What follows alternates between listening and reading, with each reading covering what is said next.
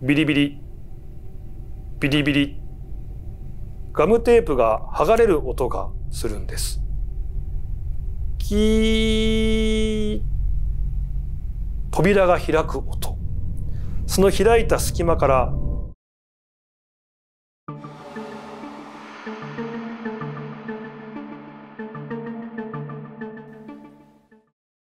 どうも、島田秀平です。始まりました。島田秀平のお階段巡り。皆さん今回も見ていただきましてありがとうございます。チャンネルメンバーシップの方もあります。ぜひご興味ある方よろしくお願いいたします。そしてチャンネル登録、グッドボタン、コメントの方もぜひぜひよろしくお願いいたします。さあ、今回お送りするのは皆さんから送っていただきました投稿怪談。はい。本当にね、このチャンネル、たくさんの方から本当に興味深い話ね、送っていただきまして、本当にいつも感謝しております。ありがとうございます。で、今回も4人の方、4つのですね、不思議体験紹介していきたいと思います。チャンネルですね、概要欄の方にメールアドレスあります。こちらの方にもしね、不思議体験ありましたら送っていただけたらと思います。そしてですね、今回4人の方紹介させていただきますが、お礼としまして、2枚組の悪霊退散と開運のステッカー番組特製です。送らせていただきますので、ぜひメールアドレスの方にですね、タイトル、ステッカー係と書いて連絡先送っていただけたらと思います。ステッカーの方ね、なるべく早く、ちょっとね、時間かかってしまう可能性あるんですけども、送らせていただきますので、楽しみに待っていただけましたら幸いです。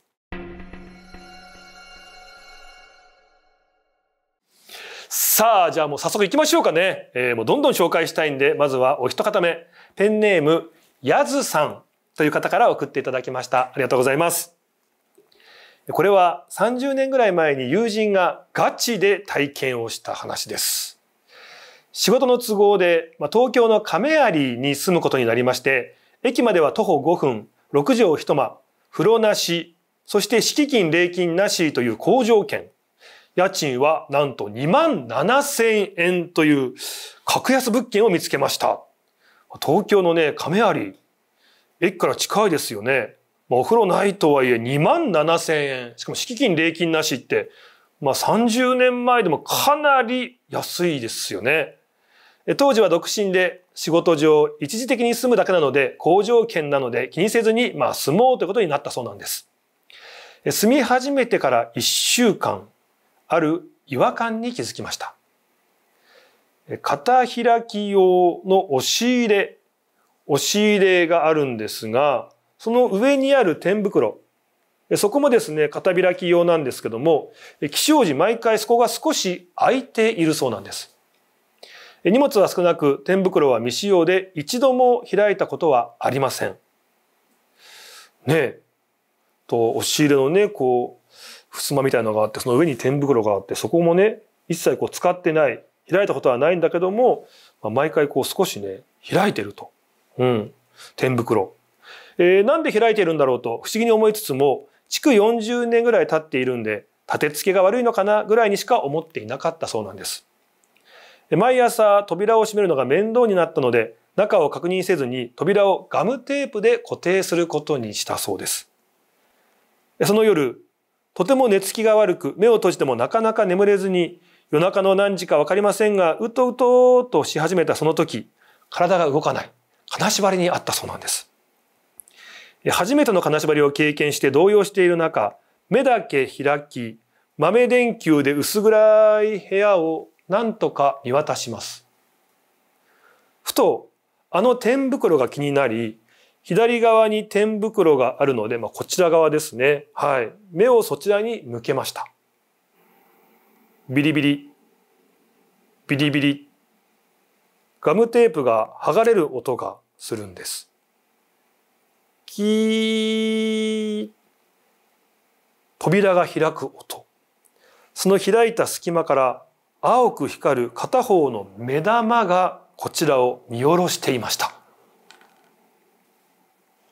しばらくその目と目が合って、なんで閉じるのと頭の中にその声が入ってきて何度も何度も繰り返されました。いつの間にか寝たのか朝になり、夢かなんだかわからず、汗びっしょり。そして気になった天袋に恐る恐る目をやると、ガムテープはやはり剥がれていて少し開いていたそうです。その時は怖さよりもなぜか中を確認しなくちゃいけない、そういう思考になり、折りたたみの椅子を台にして一気にその天袋の扉、開けたそうなんです。うわっ！びっくりして椅子から転げ落ちてしまいました。子供。確かにそこには青い目をした生身の子供が座っていた。もう一度恐る恐る確認をしてみると、そこには青い目をした人形が奥に座っていたそうなんです。あれは青い目をしたフランス人形だったのかなと友人はつぶやき、寂しそうにこちらを見ている青い目、今でも忘れられないそうです。明らかにもう格安の物件何かあるのかななんて思ってましたけども、何でしょうね。その天袋。なぜか扉がね、少し開いている。そこには結果的にはね、フランス人形がいたわけですけども、気づいてほしい、外に出してほしいという、そういう思いで人形がそういった現象を起こしていたんでしょうかね。ただ気になるのが、最初、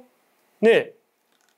確認した時に生身の子供が座っているという、そういうふうに見えたっていうことですよね。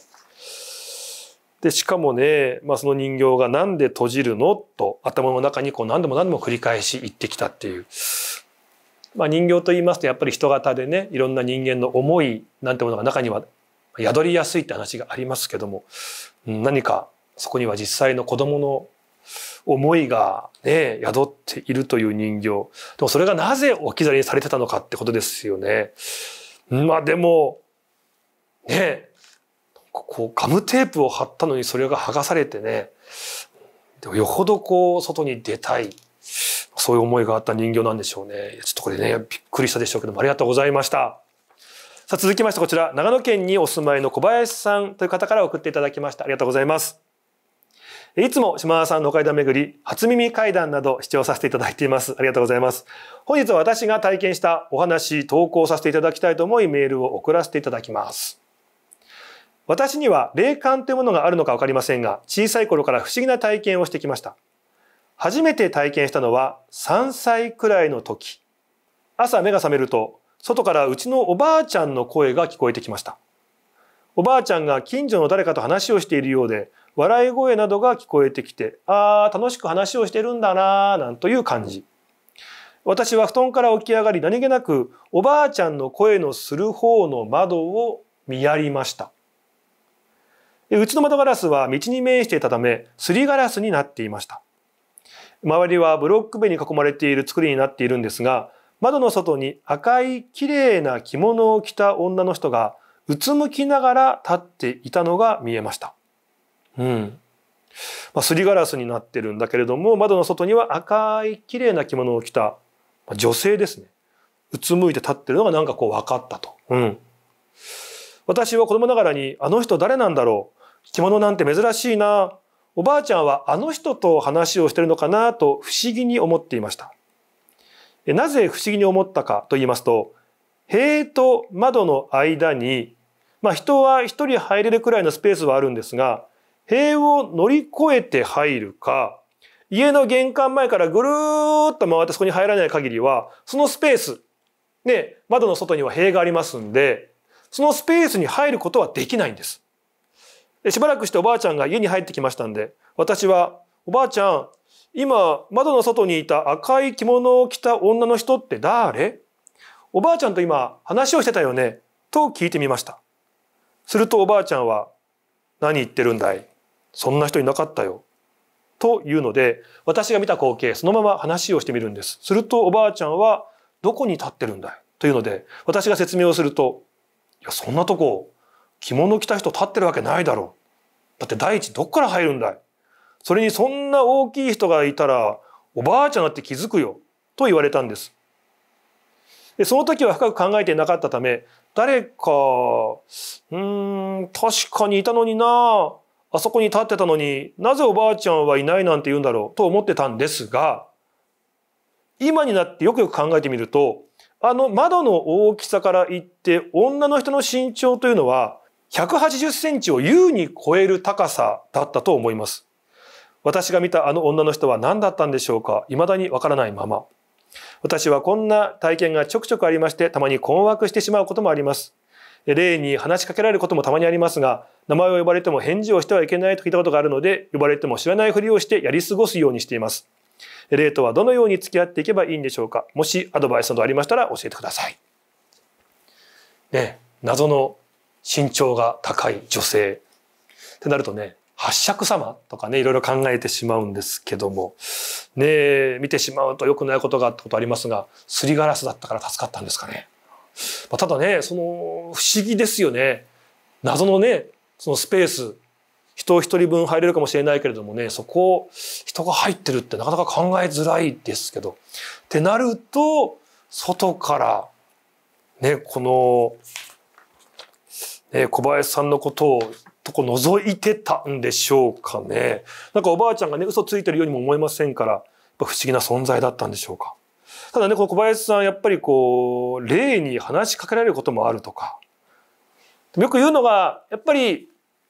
ね、霊感がある人、霊も寂しいし、自分の気持ちが分かってくれるとか、見えてくれる人を探してるっていうね。で、やっぱりその人に思いを伝えたいとかっていうのがあるので、やっぱり力がある、なんとかできればいいですけど、できない場合はね、やっぱり気づいてない、見えてないふりをするのが一番いいなんて話もありますよね。で、あとは、ね、そういう時に、やっぱりいろんな事情があって亡くなった方だとは思うんですけども、やっぱりね、自分が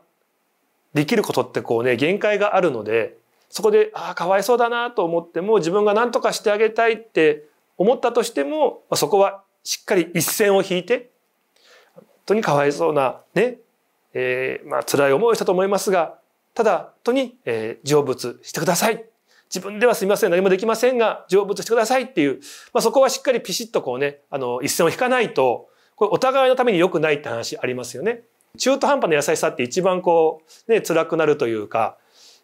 やっぱりね、その人の面倒を見るとか、その人に対してね、何か優しさをかけるっていうのは、かけるんだったらもう最後までね、気持ちをね、持っていかないと。途中でね、やっぱやめたなんていうとね、向こうはね、気持ちをね、こっちに向けてきてくれる分、裏切られたって感じるかもしれないし、でよりね、また途中で見放されてしまったってことで辛い思いをしてしまうかもしれないってあるので、そこは人間関係と同じなんじゃないのかなっていう。できるんだったら最後まで面倒を見る覚悟が必要だし、自分のね、やっぱ仕事や学校やね、家庭やで時間がね、取れないとかっていう場合に、なかなかそこまでは自分はできないなと思うんだったら、やっぱり一線を引いて、っていうのは人間関係、距離感、とても大事なことかもしれないですね。幽霊も一緒かもしれないですよね。はい、ありがとうございます。さあ、続きまして、ペンネーム、サクさんからいただきました。私は幼い頃病気がちでよく入院をしていました。今はもう亡くなってしまいましたが、愛知県の病院でのお話なんです。小学校低学年の私は肺炎にかかり、2人部屋の小児病棟に入院しました。ある程度体調が良くなったので、同じ部屋で仲良くなった同じくらいの年齢の女の子とよく病院1階にある売店に行っていたんです。長い間外に出られず、わずかなお小遣いを握りしめてジュースやお菓子を買いに行くのが何よりの楽しみでした。小児病棟は3階です。その日も2人で一緒に売店へ向かうエレベーターに乗り込みました。今日はポッキー買うぞなんて話をしながら1階のボタンをいつも通りに押し、エレベーターがゴーンと到着した音がしたんです。扉が開くとすぐ左側に売店や新刊の受付があるはずなんですが、しかし私たちの目の前には正方形の真っ白い部屋、ブーンと自動販売機から出る電子音が聞こえるだけ、そして背丈ほどの大きな観葉植物が一つだけ置いてありました。降りる階間違えた？いやでも、病棟の広い廊下に看護師さんがナースシューズでひたひた歩く音や、患者の声、心拍数を表す機械音、呼び出しアナウンスが響くはずです。でもそこには音がない。窓も見当たらない。白いだけ。恐怖がじわじわと湧いてきてエレベーターから出ることもなく、やばいよねこれ。やばい。戻ろう。そういった友達と3階のボタンを押し、閉まるを連打。なんとか元の小児病棟に戻れました。その日は怖かったんですが、やはりお菓子が欲しいのが子供心。大人の人が乗るのを待って同じエレベーターに乗り直しました。すると今度はいつもの売店の階に着くことができました。あれは何だったんでしょうか。エレベーターから降りていたらどうなっていたんでしょうか。一緒にエレベーターに乗った友達と2人で経験をした、そんなお話です。なんかそのね、音がしない謎の白いね部屋、観葉植物が一つだけってこう殺風景なというかね、ちょっとそういう部屋、フロアに出てしまったということで、例えば本当に1階だったはずが実は地下1階まで降りちゃってたとかね、こともあるかもしれないんですけど、で実はそこが霊安室とかね、そういったフロアだったのかもしれないとかあるんですけども、どうなんでしょうね。階段的に言うと、このエレベーター、その時のエレベーターだけは何か別の空間、次元に行ってしまう、迷い込んでしまうようなエレベーターだったら怖いですよね。やっぱり降りてしまったら元の世界に戻ってくることがね、容易じゃないですから。いやー、でもこれ、なんでしょうね。エレベーターって、実は階段でよくありますよね。やっぱり、ね、フロアで、別のフロア、別の世界にね、導いてくれるという乗り物で、とても便利ではあるんですけども、それがもしかしたら何かの弾みで違う場所にたどり着いてしまうっていう、そういうことっていうのがあるんですかね。本当にうちマンションエレベーターなんですけども、このね、メールを見て、今日帰ってまたエレベーター乗るんですけどね、ちょっと怖くなるなっていうお話送っていただきました。ありがとうございます。めちゃくちゃ不思議ですね。さあ、最後紹介させていただきます。こちら、サトルさん、男性の方ですね、送っていただきました。いつもチャンネル拝見させていただいております。ありがとうございます。私は自分ではそこまで霊感があるとかではないんですが、20歳になる前ぐらいから現在までいくつか不思議で怖い体験をしていて、なかなか人には話せずに悶々としたところがございます。何か機会があれば誰かに聞いてもらいたいと思ってました。勝手ながらメールさせていただきました。いやー、ここにね、送っていただきまして光栄です。ありがとうございます。今から3年ほど前なんです。私は都内にあります中華料理のお店で店長を務めていました。当時はお店が忙しく閉店後、片付けをして退店すると終電を逃してしまうため、原付バイクでいつも通勤をしていました。片道1時間ほどの距離でした。その日もいつもと同じように片付けをし、川沿いの少し大きめの道路を走っているとき、ある信号、左手前からもう一つの道路が斜めに交差しているという三差路で信号に捕まり止まっていました。時間は午前2時前ぐらいだったと思います。すると右側の方にコンビニエンスストアがあるんですが、そっちの方からすいませんという女性の声がはっきりと聞こえてきたんです。普段フルフェイスのヘルメットをかぶっていたんですが、